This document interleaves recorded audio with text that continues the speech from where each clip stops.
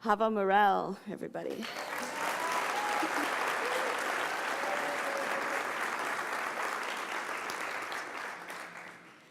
So we are riding the tide of impermanence as we close the chapter in this part of the life of Seattle Unity.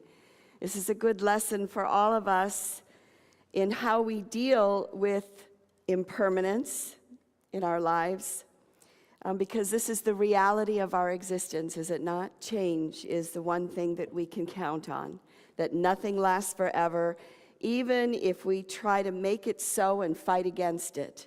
How many of us have tried to delay the aging process or even stop it?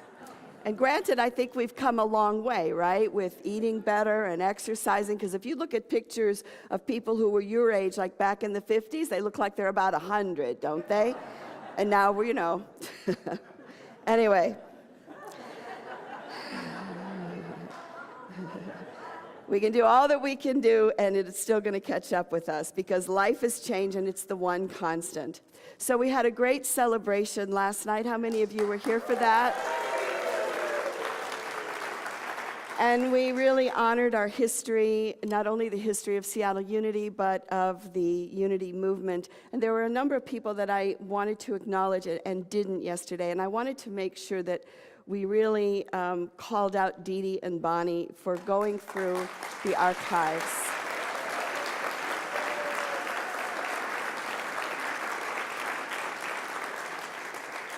Being in a church as old as this, we have everything. And not only everything from us, but we have everything from Unity Village as well. So as I said last night, there's magazines back there from, the late 1800s, early 1900s. And all of this stuff was in a closet upstairs that barely anybody ever saw. I mean, a few of us would go through and look at it once in a while, but basically, it's things that have been unseen for decades.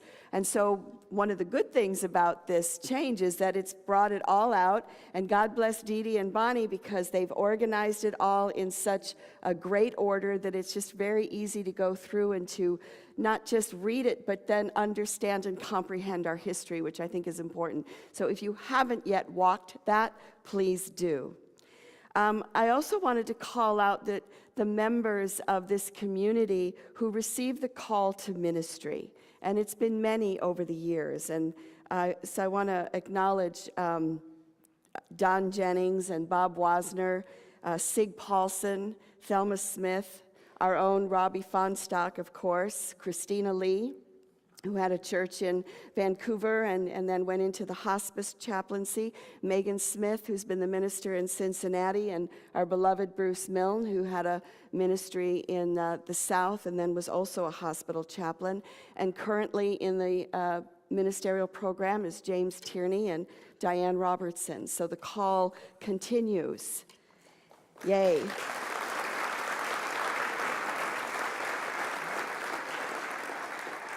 Over the years, we've had since I've been here, 2 licensed teachers that have come from here, Barbara Thorpe and Johnny Woods. And I also wanted to call out Joanna Gabriel, who was on staff in the 90s. And when she left here, she went on to work with Neil Donald Walsh for many years and has been the spiritual leader of Unity of Whidbey for many years as well. And so has Ruth Ann Lauren Eldey, who was the leader in Woodinville with her husband, Rich Henry.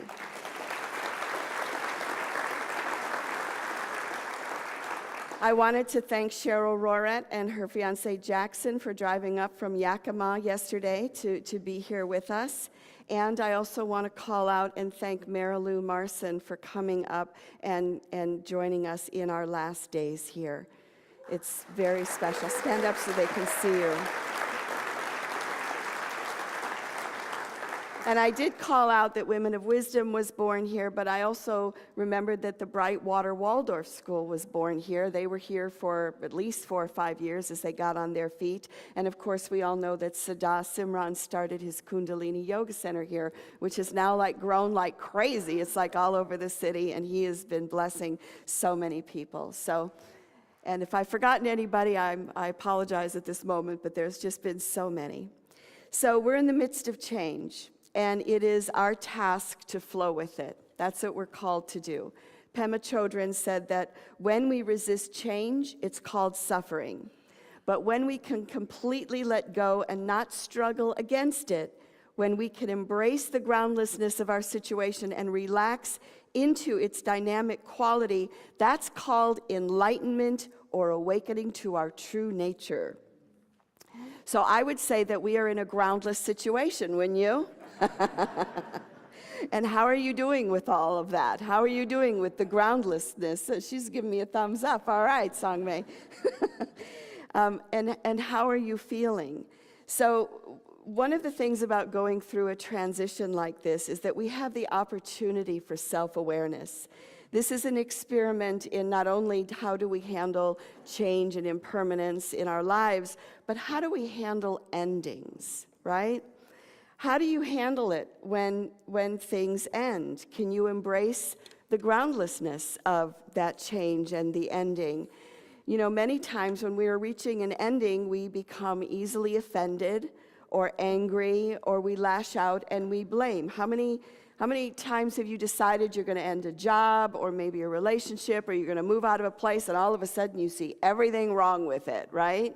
And we begin to see that. But what I'm calling for us through this period is, let us be mindful of these tendencies and treat each other with kindness and compassion and sacred listening as we go through this. Because this is a very emotional time in the life of this ministry, and it's not going to go away just because we move to Metropolis next week in that beautiful space. These feelings are not going to be, boom, gone, okay, we made that move, because grieving takes time. So when someone comes up to you and they're in tears or they're angry, your task is not to fix them.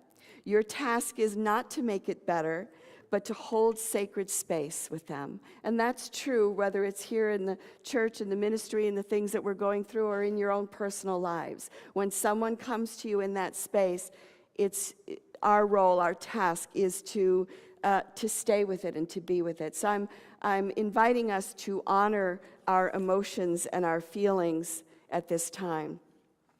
Because the truth is, we're stepping off into the unknown, and we are leaving the security of what we have known and held for decades.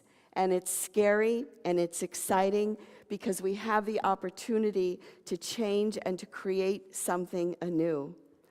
So as we close this chapter in the life of Seattle Unity, we know that we can create a new future. But here's the thing. Even though we have this wonderful, beautiful place that's waiting for us, we're still in that in-between place, right? We're in the threshold. We're in the not here, not there. We're letting go of what we have been, but we don't really know yet what we're going to be, right? We are the caterpillar that has stepped into the cocoon, and it'll be a couple of years before the butterfly comes out. So as we wait for this building to be transformed, we need to be aware and to give ourselves time to grieve. So Jill Bolte Taylor, who wrote The Stroke of Insight, shared her story before, and said that an emotion, she's been doing some studies, an emotion lasts for 90 seconds, and we've done this before in January, February, that an emotion will last for 90 seconds, but what we end up doing is we end up replacing it with something, or we feed it with, and another thing, and another thing, and another thing, and then it goes on for more than 90 seconds. But if we can hold an emotion for 90 seconds, it will transform itself into something else. Instead, we spend a lot of time just running from whatever it is we're feeling. We don't want to be there. So I'm going to invite you right now to go to your feelings and be with whatever that is. Yesterday, we touched the pews so we could bless them. I invite you to do that as well. So I invite you to take a deep breath. And I invite you to just be aware of what you're feeling about this change and about this ending of the building. And I'm going to be silent and count for 90 seconds. Your job is to not run from whatever that feeling is, but to invite it in.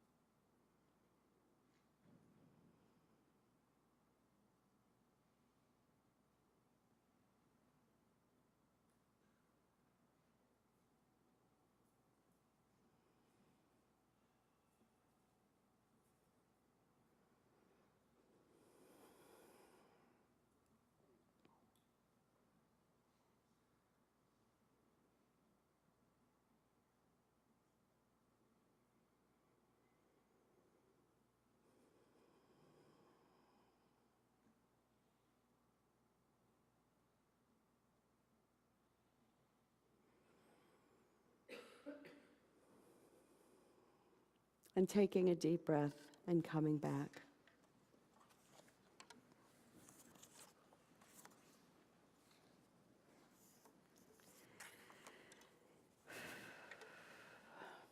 So, how do we move through this change? I think we go and stay grounded in our unity teachings. And I think it's a synchronicity that our chaplain dedication happened today. Because when I look at the chaplaincy program that was started by Leilani Burt, it is carrying on the work of Myrtle Fillmore, because the unity movement was founded on prayer. You all know the story of Myrtle Fillmore and how she healed herself with prayer. And that continues. That is the core of unity. That is the core of our chaplaincy program. So as Diane shared earlier, our program began in 2001, so it's been running for about 18 years. And I want to share with you that during that period, you know, every community, every spiritual community, doesn't matter what kind, it kind of goes through ups and downs, and it kind of does that. And around 2001, it was going through one of those shaky periods where things were not a lot of fun. And, you know, there's many times, no matter what you're doing, where you go, I wonder if this is the moment when I need to leave. And I was thinking that in 2001. And then I had already taken the chaplain leadership training from Leilani Burt, and I thought, well, that would be really not great if I just walked out on, you know, people that had signed up to be chaplains. And I thought, okay, and I know it's weird, but there were 12. The original chaplains, there were 12. And many of them are here in this room right now. But I thought, I know that and there were more than that, but I know that there were 12 really good people in the community. And there were way more than that, but, you know, stay with me with this. And, and so I felt a commitment to them to start the chaplaincy program. And what's interesting to me about this chaplaincy program, and it carries on the teachings of Myrtle, is that the rules of it, if you will, is you sign on for a year and then you're free to leave after that year. But the rules are you hold sacred space. And sacred space means I'm not trying to fix you, I'm not trying to change you, I'm just here to listen and see the highest and best for you. I'm here to hold sacred space and to pray with one another, to hold confidence. So what that means is we didn't get to gossip. So when we got together for our meetings, we didn't get to say, hey, did you hear about so-and-so? He got a new job or did this or that, because it was held in confidence. And what I began to notice is because that group was so committed to that, and so have all the chaplaincies since then, is that consciousness spread to the board, that consciousness spread to the staff, that consciousness spread throughout the entire community. Now, does it wave and go back and forth? Absolutely it does, because we're human, right? But it was holding that energy, and it's holding that consciousness, and it's holding that love. And that is what we do as we go through these changes. We go back to our unity teachings. We go back to our foundation. We hold that sacred space, that kindness and compassion, and again, just seeing that spirit within each one of us. So we have Post-its around that we used last night to write thank yous to the building. And I don't think you have Post-its today, but there are some in there. Oh, you do have Post-its. Thank you. Thank you, Tamara. I didn't know. And if you'd like to, take this time to just write a word of gratitude, and then we're sticking them on the walls. And I just pulled off a couple at random this morning to share with you. And as I'm reading them, if you're feeling guided to write a thank you to the building, I'd like you to do that. Seattle Unity is a place of grace flowing in and through all doors, walls, windows, chairs, and space. May the newness unfold with even more grace in this place for all who walk in and feel the love. Blessings for the journey through the wilderness of discovery to the heart house created from dreams of wholeness, service, and love. I was virtually a refugee. You received me, soothed my sobs, nourished my body, believed in me when I didn't yet. Help me find my greatness. I now move in deep stillness, serve with all my heart. We journey together into a beautiful future, blessing and shaping our world. So these are a few of the words that were placed on the walls last night. So I invite you, if you're so moved, to write those. And from there, I again would like you just to put your hands on the pews. If you want to even feel like you want to stand up and walk to a wall, walk to a wall. But we put our energy and our blessing, and then we're going to deconsecrate it after this. So just so you know, we're going to put the energy in, and we're going to pull it out. So, so we put our hands in prayer, and we bless this sacred space. Thank you, building. Thank you, wonderful mother building, that you have housed us for this many decades, that you have given us so many blessings. We are grateful to you. Amen.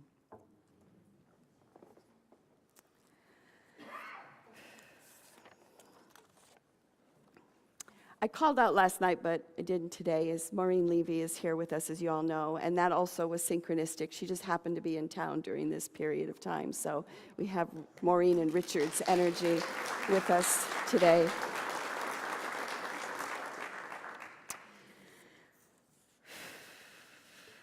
So, Marcia Rattan handed me this poem this morning, and I think I can make it through. And she wrote this poem last night. Seattle Unity, the heart of Seattle, gathering today to say goodbye to the cherished old building, built with dedication and devotion by the 50s ancestors. We are of the lineage of generations worshiping in the heart of Seattle. And now it is our turn to shed the old shell, to let go of this beautiful old body, to make room for the light dancing gem that will grow and be born in 2 years. When once again we link hands together on sacred ground and sing a song of return and celebration, doors swinging open, wings of welcome, inviting all the people to join us in the heart of Seattle in the name of love. Thank you, Marcia.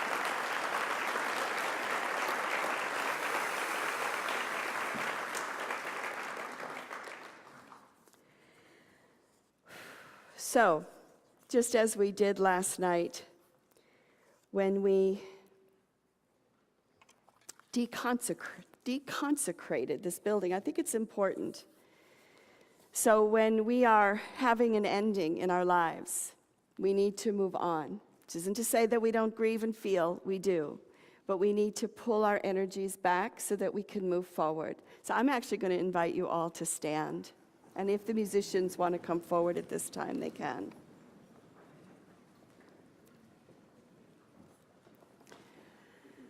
And I invite you to take a deep breath. So this building, having been consecrated and named Unity Church of Truth and Seattle Unity, this building and all objects remaining in it, we now deconsecrate and release it so that it may take on its new form. We now deconsecrate it and release it. Affirm that with me. We now deconsecrate it and release it. And again, we now deconsecrate it and release it. And again, we now deconsecrate it. And we declare that it is no longer the place of meeting of Seattle Unity until we return in 3 years or 2 years. Amen. 2 years.